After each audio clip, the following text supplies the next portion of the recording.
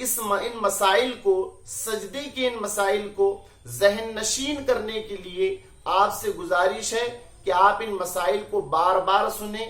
چند بار سننے سے انشاءاللہ یہ مسائل آپ کے ذہن نشین ہو جائیں گے. پھر جب بھی آپ سجدہ کریں تو ان مسائل کو دھیان میں رکھتے ہوئے خوب احتیاط کے ساتھ سنت کے مطابق سجدہ کرنے کی کوشش کرے. انشاءاللہ اگر ہم نے سجدہ صحیح کیا تو اللہ رب العزت اگر ہمارے سجدے کو قبول فرما لے تو ہماری دنیا بھی کامیاب ہے اور آخرت بھی کامیاب ہے.